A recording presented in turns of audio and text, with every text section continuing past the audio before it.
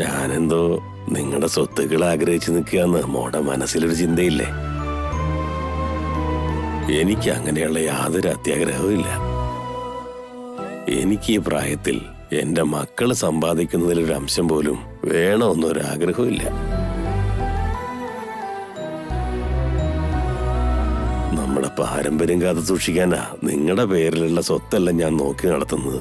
അല്ലാതെ എനിക്ക് യാതൊരു ഉദ്ദേശവും ഇല്ല മോളെ.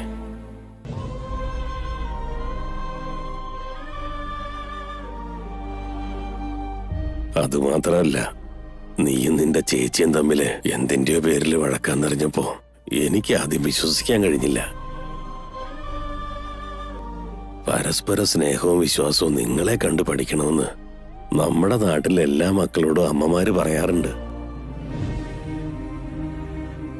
ചേച്ചി അനിയത്തി എങ്ങനെയാണോന്ന് നിങ്ങളെ കണ്ട് അവര് പഠിച്ചത്. അവിടെ എല്ലാവരുടെയും മാതൃകയല്ലേ.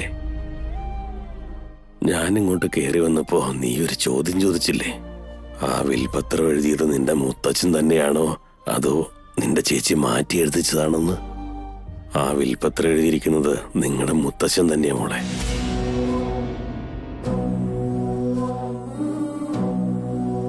അതിന്റെ സാക്ഷി ഈ ഞാൻ തന്നെയാ. അന്ന് നിന്റെ പ്രായം വെറും 3 വയസ്സാ. നിന്റെ ചേച്ചിയുടെ പ്രായം 5 വയസ്സ്. നാളെ ഇതൊക്കെ സംഭവിക്കുമെന്ന് നിങ്ങളുടെ മുത്തച്ഛൻ അന്ന് തന്നെ ഊഹിച്ചിരുന്നു. അതുകൊണ്ടാ ഇങ്ങനെ വിൽപത്രം എഴുതിയത്.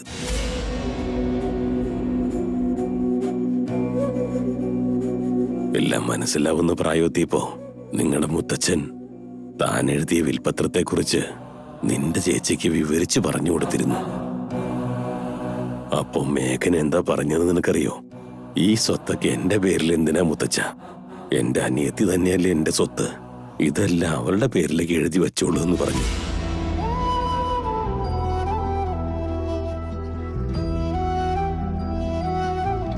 മേഘന നിനക്ക് ചേച്ചി മാത്രമല്ല മോളെ, അമ്മ കൂടിയാ. കുട്ടിയായിരുന്നപ്പോ മുതൽ അവള് നിന്നെ എങ്ങനെയാ വളർത്തിയതെന്ന് എന്നേക്കാൾ നന്നായി നിനക്ക് തന്നെയല്ലേ മോളെ അറിയാവുന്നത്. അങ്ങനെ ഒരു ചേച്ചിയോട് ഈ വഴക്കിന്റെ ആവശ്യമുണ്ടോ മോളെ? സ്വന്തം സഹോദരങ്ങളോട് ദേഷ്യപ്പെട്ടിട്ടോ വാശി കാണിച്ചിട്ടോ നമുക്കൊന്നും നേടാനില്ല. പറയുന്നത് മനസ്സിലാക്കും മോളെ. നീ ചോദിച്ചു കഴിഞ്ഞാൽ നിന്റെ ചേച്ചി സ്വത്തുക്കൾ മാത്രമല്ല, അവളുടെ ജീവൻ തന്നെ തരും മോളെ. അങ്ങനെയുള്ള നിന്റെ ചേച്ചിയുടെ മനസ്സ് നീ വിഷമിപ്പിക്കരുത്. നിങ്ങളെന്നും ഒത്തൊരുമയോടെ തന്നെ ജീവിക്കണം.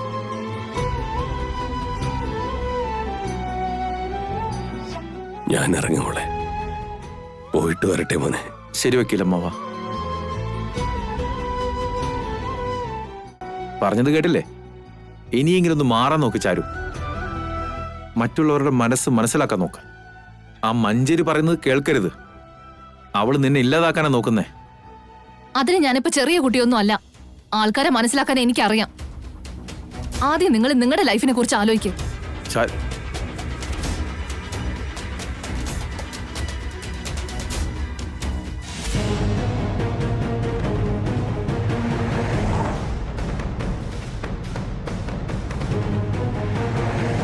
ശരിക്കും ഒരു ഫാക്ടറിയിലേക്കാണോ മറ്റെവിടേക്കെങ്കിലും ആണ് പോകുന്നതെന്ന് മനസ്സിലാവുന്നില്ലല്ലോ. ഈ പ്രോബ്ലം ഒക്കെ മേഘന എങ്ങനെയാണ് അവ സോൾവ് ചെയ്യാൻ പോകുന്നത്? ഫാക്ടറിയിൽ എത്തിയാലേ കാര്യങ്ങളെല്ലാം മനസ്സിലാവുള്ളൂ.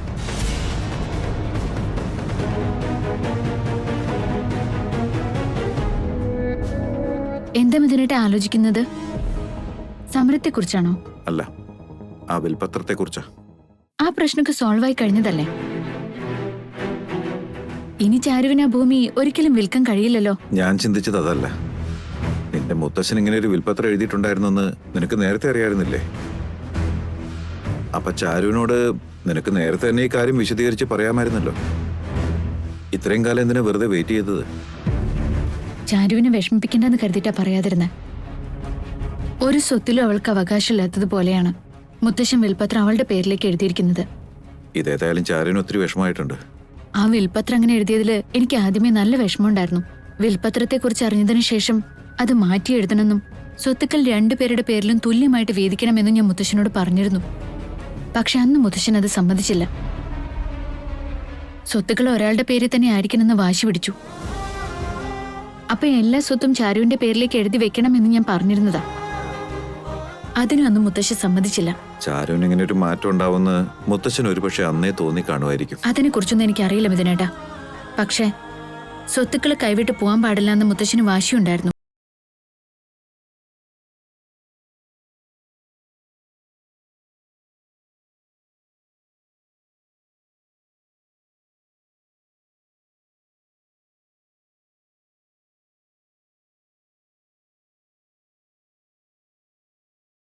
മനസ്സിലാവൂല്ലോ. ആ, സത്യത്തിൽ അത് തന്നെ ഞാനും ആഗ്രഹിക്കുന്നത്.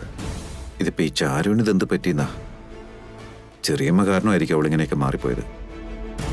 ആ, പെട്ടെന്നുണ്ടായതല്ലേ ഈ പ്രശ്നമല്ല. അത് പെട്ടെന്ന് തന്നെ മാറിക്കോളും. ചാരു എല്ലാം മനസ്സിലാക്കുന്നൊരു സമയം വരും. അതല്ലെങ്കിൽ മനസ്സിലാക്കി കൊടുക്കാൻ നീ ഉണ്ടല്ലോ. എന്നെ മിഥുനേട്ടന് അത്രയ്ക്ക് വിശ്വാസമാണോ? ഇപ്പോഴാ നീ ആരാണെന്ന് ശരിക്കും എനിക്ക് മനസ്സിലായി തുടങ്ങിയത്. എന്റെ ഡാഡും അമ്മും നിന്നെ ഇത്രയും വിശ്വസിക്കുന്ന എന്തിനാണെന്ന് എനിക്കിപ്പോ ശരിക്കും മനസ്സിലാക്കാൻ പറ്റുന്നുണ്ട്. എന്നുവെച്ചാ ഇത്രയും നാളും മിഥുനേട്ടന് ഒന്നും അറിയില്ലായിരുന്നു എന്നാണോ? ഞാൻ മനസ്സിലാക്കിയ മേഘന ഇതല്ല. ഇപ്പൊ മനസ്സിലാക്കിക്കൊണ്ടിരിക്കുന്ന മേഘന മറ്റൊരാളാ. എനിക്ക് അന്നും ഇന്നും ഒരു മാറ്റം ഉണ്ടായിട്ടില്ല മിഥുനേട്ട. അത് ശരി. അപ്പൊ മാറിയത് ഞാനാണെന്നാണ് പറയുന്നത്. അതൊക്കെ പോട്ടെ. ചാരുവിന്റെ പ്രശ്നങ്ങൾ ആ വിൽപത്രം കൊണ്ട് അങ്ങ് സോൾവ് ചെയ്തു. ഇനിയിപ്പോ ഫാക്ടറിയിലെ പ്രശ്നങ്ങൾ എങ്ങനെയാ സോൾവ് ചെയ്യാൻ പോകുന്നത്? മിഥുനേട്ടൻ പറയേ, എന്ത് ചെയ്യുന്നതായിരിക്കും നല്ലത്? നിനക്കെന്തോ ഒരു പ്ലാൻ ഉണ്ടെന്നല്ലേ പറഞ്ഞത്? എന്റെ സ്ഥാനത്ത് മിഥുനേട്ടനായിരുന്നെങ്കിൽ എന്ത് ചെയ്യുമെന്നാണ് ചോദിച്ചത്. ഞാൻ എന്താ ചെയ്യാൻ പോകുന്നെന്ന് നിന്നോടിപ്പോ പറയില്ല മേഘനെ. അത് ഞാൻ ചെയ്തോളാം. പറയും മിഥുനേട്ടാ. ഞാൻ ഇപ്പോഴല്ലേ ചെയർമാൻ ആയത്. ഇത്രയും നാളും മിഥുനേട്ടനായിരുന്നില്ലേ ചെയർമാൻ?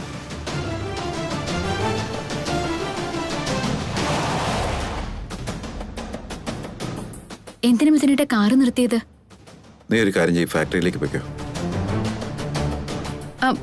മിഥുനേട്ടാ, എങ്ങോട്ടാ ഈ പോകുന്നേ?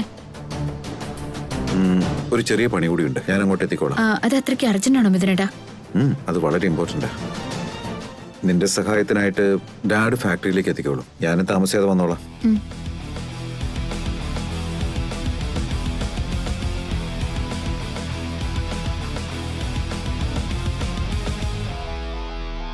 മാഡത്തെ വേഗം ഫാക്ടറിയിൽ എത്തിക്കേ. വേഗം ചെല്ലും.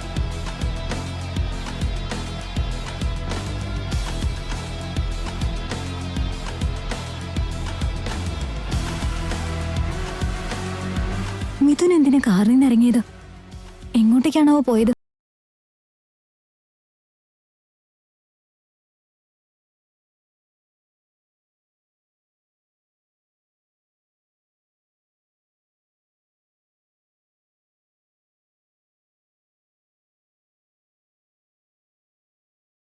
നമ്മളാണോ മാനേജ്മെന്റ് ആണോ എന്ന് നമുക്ക് ഇന്ന് തന്നെ അറിയണം.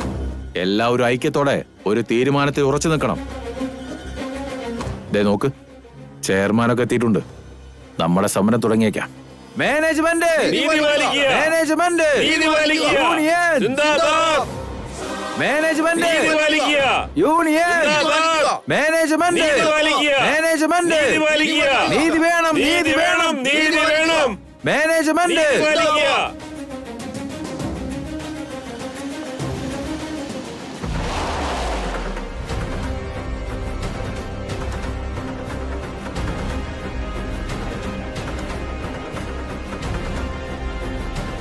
ഇവരെന്തിനാ വന്നത്? ഇവിടുത്തെ മെഷീൻസ് ഒന്നും ശരിയല്ലെന്നും അത് വർക്ക് ചെയ്യുന്നില്ലെന്നും നിങ്ങൾ പറഞ്ഞില്ലേ? അത് ചെക്ക് ചെയ്യാൻ വേണ്ടി വന്നതാ.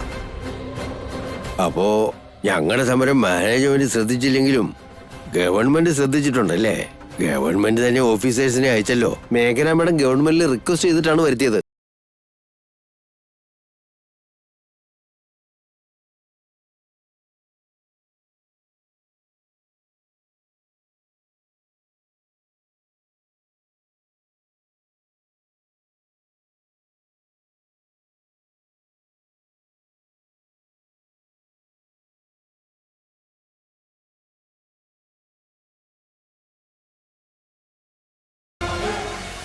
ഇപ്പൊ എന്തിനാ നമ്മളെ ഇവരെ വരുത്തിയത്? കുറച്ചു നേരം കൂടി ഒന്ന് വെയിറ്റ് ചെയ്യാച്ചാ, എല്ലാ അച്ഛനും മനസ്സിലായിക്കോളും. നോക്ക്, മേഘന മാഡം എന്തായാലും നല്ല കോൺഫിഡൻസിലാ. മെഷീൻസ് ഒക്കെ നീ നന്നായി ചെക്ക് ചെയ്തിരുന്നോ? എന്താ മാവ് അങ്ങനെ ചോദിക്കുന്നേ? ഞാൻ എല്ലാം നോക്കിയതാ. Manager sir, officers quality check ചെയ്യുന്ന സമയത്ത് നമുക്ക് യൂണിയൻ ലീഡറിന്റെ കാര്യം അങ്ങ് നോക്കാം. ആ പേർപ്പസ് ഒക്കെ അദ്ദേഹത്തിന് കൊടുത്തേക്ക്.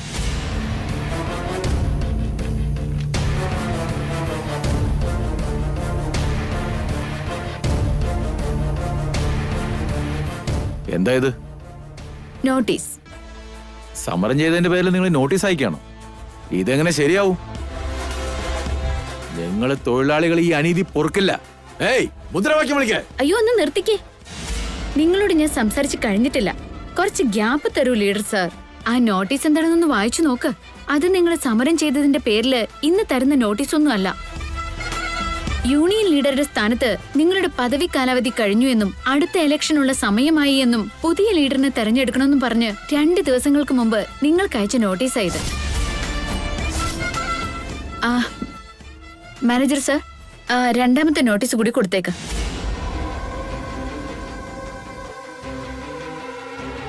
ഇത് ഇന്നലെ രാവിലെ ഇലക്ഷനെ കുറിച്ച് റിമൈൻഡ് ചെയ്തുകൊണ്ട് നിങ്ങൾക്ക് അയച്ച നോട്ടീസാണ്.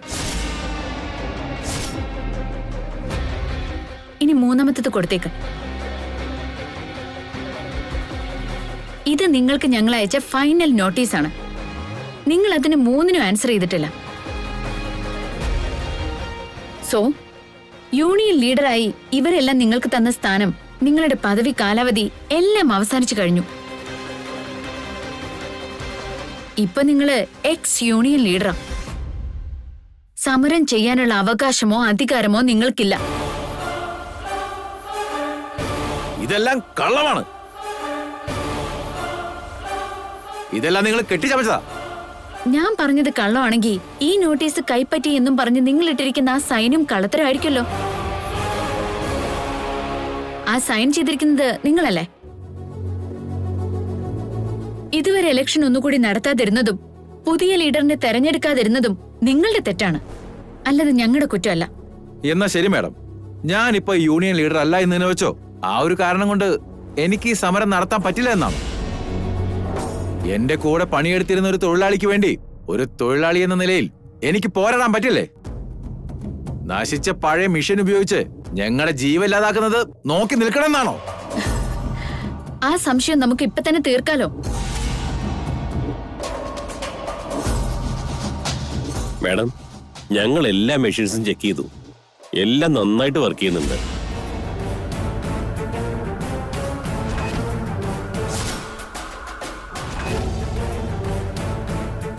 എല്ലാ മെഷീൻസും നല്ല കണ്ടീഷനിലാണ്.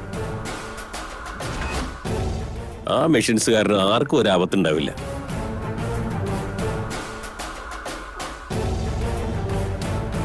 ഇപ്പൊ എന്തു പറയുന്നു നമ്മുടെ എക്സ് യൂണിയൻ ലീഡർ? ഇതെല്ലാം കള്ളവും ചതിയും മാത്രമാണ്.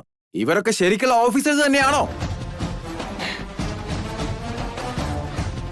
പുതിയ മെഷീൻസ് കൊണ്ടുവരാൻ മടിച്ച് ഡ്യൂപ്ലിക്കേറ്റ് ഓഫീസേഴ്സിനെ കൊണ്ടുവന്ന് ഞങ്ങളെ പറ്റിക്കാന്ന് വിചാരിച്ചോ? ഇതൊന്നും ആരും വിശ്വസിക്കരുത്. അവരാരും ഫേക്ക് ഓഫീസേഴ്സ് അല്ല, റിയൽ വിജിലൻസ് ഓഫീസേഴ്സ് ആണ്. അത്രയ്ക്ക് സംശയം ഉണ്ടെങ്കിൽ അവരുടെ ID പ്രൂഫ് ഒക്കെ ഒന്ന് ചെക്ക് ചെയ്ത് നോക്ക്.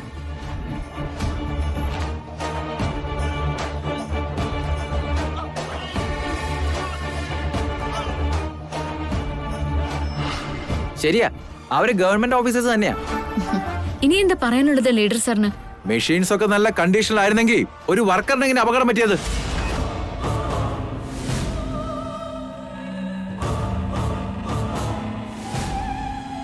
സൂപ്പർ, നല്ല ചോദ്യം നീ ചോദിച്ചത്. അതിന് നീ എങ്ങനെ ഉത്തരം പറയും മേഘനെ? അത് പറയും മാഡം. ആ തൊഴിലാളിക്ക് എങ്ങനെ അപകടം സംഭവിച്ചു? അയാൾ എന്തിനു നമ്മൾ ഹോസ്പിറ്റലിലേക്ക് കൊണ്ടുപോയി? നിങ്ങളുടെ മെഷീൻസ് നല്ല കണ്ടീഷനിലായിരുന്നെങ്കിൽ പിന്നെ എങ്ങനെ സംഭവിച്ചു? അത് ആരുടെ തെറ്റാ? മെഷീൻസിന്റെ അതോ മനുഷ്യരുടെയോ? പറയണം മാഡം. അതിനുള്ള ഉത്തരം ഞാൻ പറയാം.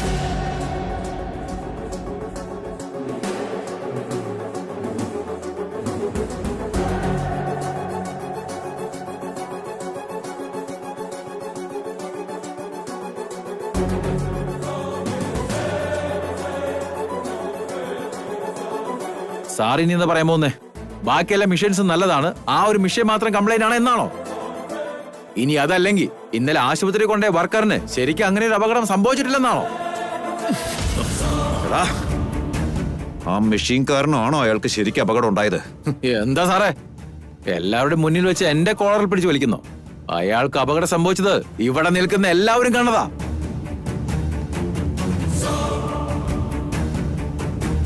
അയാളുടെ ശരീരം മുറിഞ്ഞതിന് ശേഷമാണ് ആശുപത്രിയിലേക്ക് കൊണ്ടുപോയിരിക്കുന്നത്. അതുകൊണ്ട് തന്നെയല്ലേ നിങ്ങളുടെ അച്ഛൻ അയാൾക്ക് 10 ലക്ഷം രൂപ നഷ്ടപരിഹാരം കൊടുത്തതും.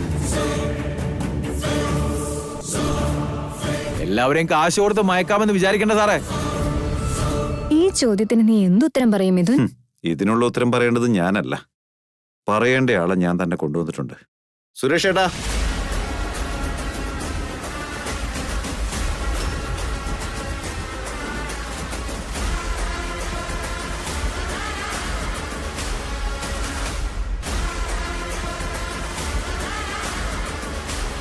ഹോസ്പിറ്റലിലായിരുന്ന ആളെ എന്തിനും ഇതിനെ ഇപ്പൊ ഇങ്ങോട്ട് കൊണ്ടുവന്നേ? അത് പറയണ്ട ആട്. ഈ വർക്കറിന് തന്നെയാണല്ലോ അപകടം ഉണ്ടായത്. സുരേഷ് ഏട്ടാ, ഈ കെട്ടഴിച്ച് ആ മുറിവ് ഒന്ന് കാണിച്ചു കൊടുക്കുക.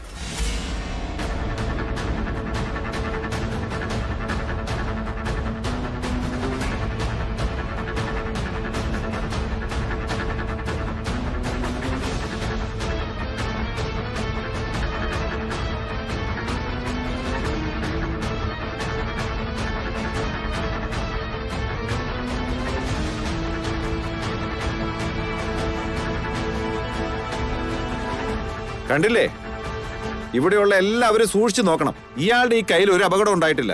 ഞങ്ങളുടെ ഫാക്ടറിയിൽ ആർക്കും ഒരു ആപത്തും പറ്റിയിട്ടില്ല.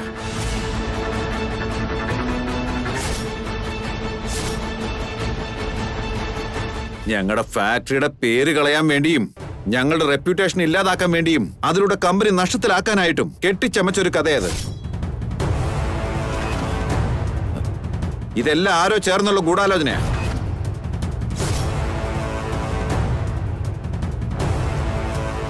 എന്നോട് ക്ഷമിക്കണം സാർ. സാറിനോടും മാഡത്തിനോടും എനിക്ക് ഒരുപാട് ബഹുമാനമുണ്ട്. തെറ്റ് പറ്റിപ്പോയതാ. ഈ യൂണിയൻ ലീഡർ കാശ് തരാന്ന് പറഞ്ഞ് പ്രലോഭിപ്പിച്ചു. അതാ ഞാൻ ഇങ്ങനെയൊക്കെ ചെയ്തത്.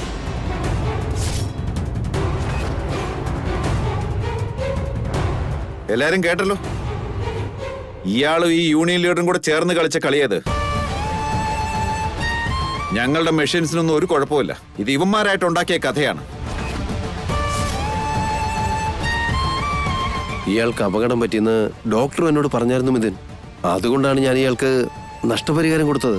സത്യത്തിൽ ഇതൊക്കെ കെട്ടിച്ചമച്ച കഥയാണ്. നീ എങ്ങനെ മനസ്സിലാക്കി? ഡാഡി അയാൾക്ക് 10 ലക്ഷം രൂപയുടെ ചെക്ക് കൊടുത്തില്ലേ? അത് കഴിഞ്ഞ് എന്താ സംഭവിച്ചെന്നറിയോ? ചെറിയൊരു ജോലിയുണ്ട്, അത് കഴിഞ്ഞിട്ട് ഞാൻ വരാം.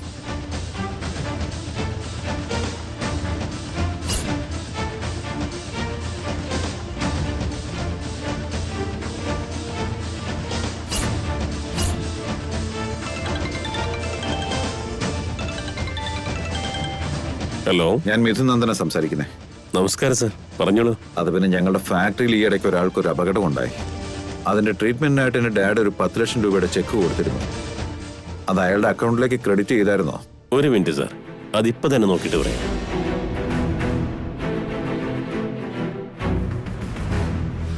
ആയിട്ടുണ്ട് സാർ. Thank you. ഒരു മിനിറ്റ് സാർ, നിങ്ങളുടെ 10 ലക്ഷം രൂപയല്ലാതെ ഒരു 5 ലക്ഷം കൂടി അക്കൗണ്ടിൽ ക്രെഡിറ്റ് ആയിട്ടുണ്ട്. പിന്നെ 5 ലക്ഷോ? അതാരാ കൊടുത്തിരിക്കുന്നത്? ഡാഡി തന്നെയാണോ? അല്ല സാർ, മറ്റൊരു അക്കൗണ്ടിൽ നിന്നാണ് വന്നിരിക്കുന്നത്. ആ അക്കൗണ്ട് ഡീറ്റെയിൽസ് എനിക്കൊന്ന് സെൻഡ് ചെയ്യാൻ പറ്റുമോ? സോറി സാർ, അത് പറ്റില്ല. ഓക്കെ. വന്നോളൂ സാർ. നമസ്കാരം സാർ. അതൊന്നും വേണ്ട, നിങ്ങൾ കിടന്നോളൂ. ഇപ്പൊ കൈക്ക് എങ്ങനെയുണ്ട്? ഇപ്പോഴും നല്ല വേദനയുണ്ട് സാർ. പിന്നെന്തിനാ നിങ്ങൾ ഇന്നലെ തന്നെ ഡിസ്ചാർജ് ആയത്? ഇത്രയും നാള് ഹോസ്പിറ്റലിൽ കിടന്ന എന്റെ വീട്ടുകാർക്ക് അതൊരു വലിയ ചെലവായി പോയില്ലേ സാറേ? എന്റെ ഡാഡ് നിങ്ങൾക്ക് 10 ലക്ഷം രൂപ തന്നായിരുന്നല്ലോ. അത് ഞങ്ങൾക്ക് എന്തിനു തികയും സാർ? ആശുപത്രി ചെലവിന് അതിന്റെ പകുതിയും തീർന്നു. ഇനിയും കിടന്ന ചെലവ് കൂടും. ഇനി ഇദ്ദേഹത്തിന്റെ കൈ എപ്പോഴാന്ന് പഴയതുപോലെ ആവുക? ഇനി എപ്പോഴാ ഇദ്ദേഹത്തിന് ജോലിക്ക് പോകാൻ പറ്റുമെന്ന് അറിയില്ലല്ലോ. അത് നിങ്ങൾ പേടിക്കണ്ട. ഇദ്ദേഹത്തെ പെട്ടെന്ന് ട്രീറ്റ് ചെയ്ത് ഫാക്ടറിയിലേക്ക് കൊണ്ടുപോകാൻ ഒരു നല്ല ഡോക്ടറെ കൊണ്ടാണ് ഞാൻ വന്നിരിക്കുന്നത്.